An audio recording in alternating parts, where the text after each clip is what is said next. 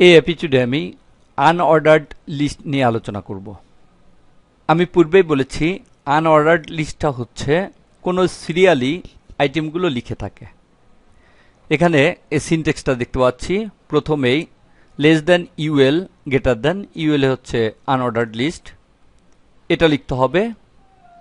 তারপরে এলআই অর্থাৎ লিস্ট, এই লিস্ট আইটেমগুলো পরপর লিখে যেতে হবে এবং লিস্ট আইটেমগুলো লেখার শেষে আবার এলআই এর ইন ট্যাগটা ব্যবহার করতে হবে এবং সবার শেষে যে ইউএল ট্যাগটা শুরু করেছিলাম এটা শেষ করতে হবে, অর্থাৎ ইউএল ট্যাগের ইন ট্যাগটা লিখতে হবে।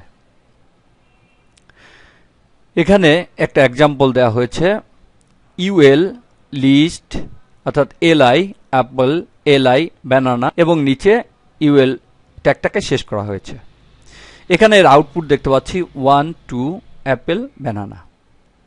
এখন আমি বলেছিলাম 1 2 3 4 এভাবে ব্যবহার করা যাবে, রোমান সংখ্যা ব্যবহার করা যাবে, এবিসি বড় হাতের অথবা ছোট হাতের ব্যবহার করা যাবে। তো ডিফল্ট অবস্থায় এখানে যদি কোনো টাইপ আমি ব্যবহার না করি তাহলে এখানে 1 2 3 4 এভাবে সিরিয়ালি আসবে। কিন্তু যদি আমি ইউএল এর টাইপ অ্যাট্রিবিউট এর ভ্যালু অন্যটা সেট করে দেই তাহলে সে অনুযায়ী আসবে। অর্থাৎ এখানে যদি আমি লিখে দেই UL space type equal inverted comma double কোটেশনের মধ্যে বড় হাতের এ লিখে দেই, তাহলে এখানে এ বি সি ডি এভাবে সিরিয়ালে আসবে।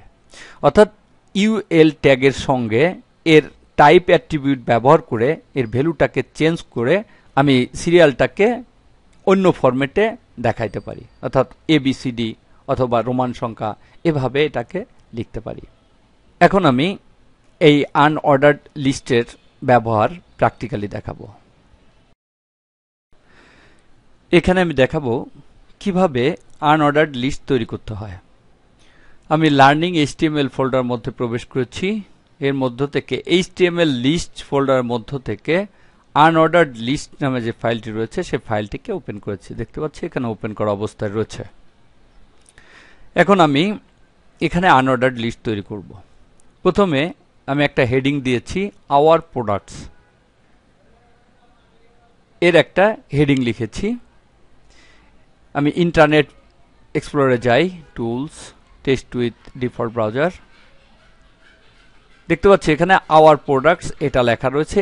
এর নিচে আমি প্রোডাক্টসগুলোর মাধ্যমে একটা আনঅর্ডার্ড লিস্ট তৈরি করব। Alter tab. এখানে আনঅর্ডার্ড লিস্ট তৈরি করার জন্য লেস দ্যান ইউএল এই ট্যাগটা ব্যবহার করতে হবে। দেখতে পাচ্ছি ইউএল স্টার্ট ট্যাগ এবং ইন ট্যাগ চলে আসছে। এর মাঝে কার্য রেখে এন্টার চাপি, অর্থাৎ নিচের লাইনে ইন ট্যাগটা নিয়ে আসি। এবার এখানে লিস্টগুলো লিখতে হবে। শুধুমাত্র ইউএল ট্যাগের মাধ্যমে আনঅর্ডার্ড লিস্ট তৈরি করলেই এই লিস্টগুলো অ্যাড হবে না বা কোনো লিস্টই তৈরি হবে না। এর জন্য একে অবশ্যই এই আনঅর্ডার্ড লিস্ট ট্যাগের মধ্যে লিস্ট আইটেমগুলো লিখে দিতে হবে। লিস্ট আইটেম লেখার জন্য লেস দ্যান এলআই এন্টার। দেখতে পাচ্ছি এলআই এর স্টার ট্যাগ এবং ইন ট্যাগ চলে আসছে। এবার এর মাঝে লিস্ট আইটেমটি লিখতে হবে। আমি এখানে লিখি মাইক্রোসফট অফিস। কমপক্ষে একটা লিস্ট আইটেম লিখতে হবে, তাহলে এটা শো করবে। আমি সেভ করি, অল্টার ট্যাব চেপে ব্রাউজারে যাই, রাইট ক্লিক, রিফ্রেশ। দেখতে পাচ্ছি এখানে মাইক্রোসফট অফিস লেখাটা চলে আসছে আওয়ার প্রোডাক্টসের নিচে। এবার এখানে আমি আরো কয়েকটা লিস্ট আইটেম যোগ করি।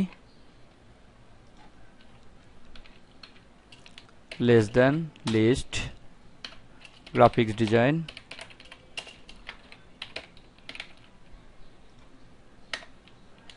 Less than list web design,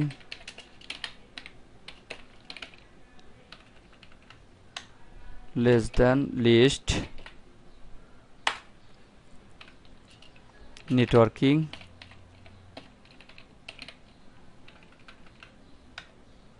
less than list PHP। আমি এখানে মোট 5টা লিস্ট আইটেম যোগ করলাম। Save, alter tab, right click, refresh. এখানে দেখতে পাচ্ছি 5টা লিস্ট আইটেম চলে আসছে এবং প্রতিটার সামনে একটা সার্কেল চিহ্ন আসছে, ভরাট করা একটা সার্কেল। এই চিহ্নকে আমরা টাইপ অ্যাট্রিবিউটের মাধ্যমে চেঞ্জ করতে পারি। এখন আমি এখানে টাইপ অ্যাট্রিবিউটটা ব্যবহার করব। টাইপ অ্যাট্রিবিউটের 3টা ভ্যালু রয়েছে, ডিস্ক, সার্কেল এবং স্কোয়ার। যদি টাইপ অ্যাট্রিবিউটটা ব্যবহার না করি তাহলে ডিস্ক যে টাইপ, সে টাইপটা ডিফল্ট অবস্থায় থাকে, অর্থাৎ একটা বৃত্ত, ভরাট বৃত্ত, এবং এখানে চেঞ্জ করা যায় সার্কেল অথবা স্কোয়ার দিয়ে। তো আমি এখানে প্রথমে সার্কেলটা দিয়ে দেখাবো। টাইপ অ্যাট্রিবিউট লেখার জন্য ইউএল এর পরে কার্যটা রেখে স্পেস টাইপ ইকুয়াল ডাবল কোটেশনের মধ্যে সার্কেল। ফাইলটাকে সেভ করি, alter tab, right click, refresh. তাহলে দেখতে পাচ্ছি এখানে বৃত্ত আসছে কিন্তু একটাও ভরাট না। এটা হচ্ছে সার্কেল টাইপ। যদি আমি স্কোয়ার টাইপটা ব্যবহার করি, এখানে লিখে দিতে হবে স্কোয়ার।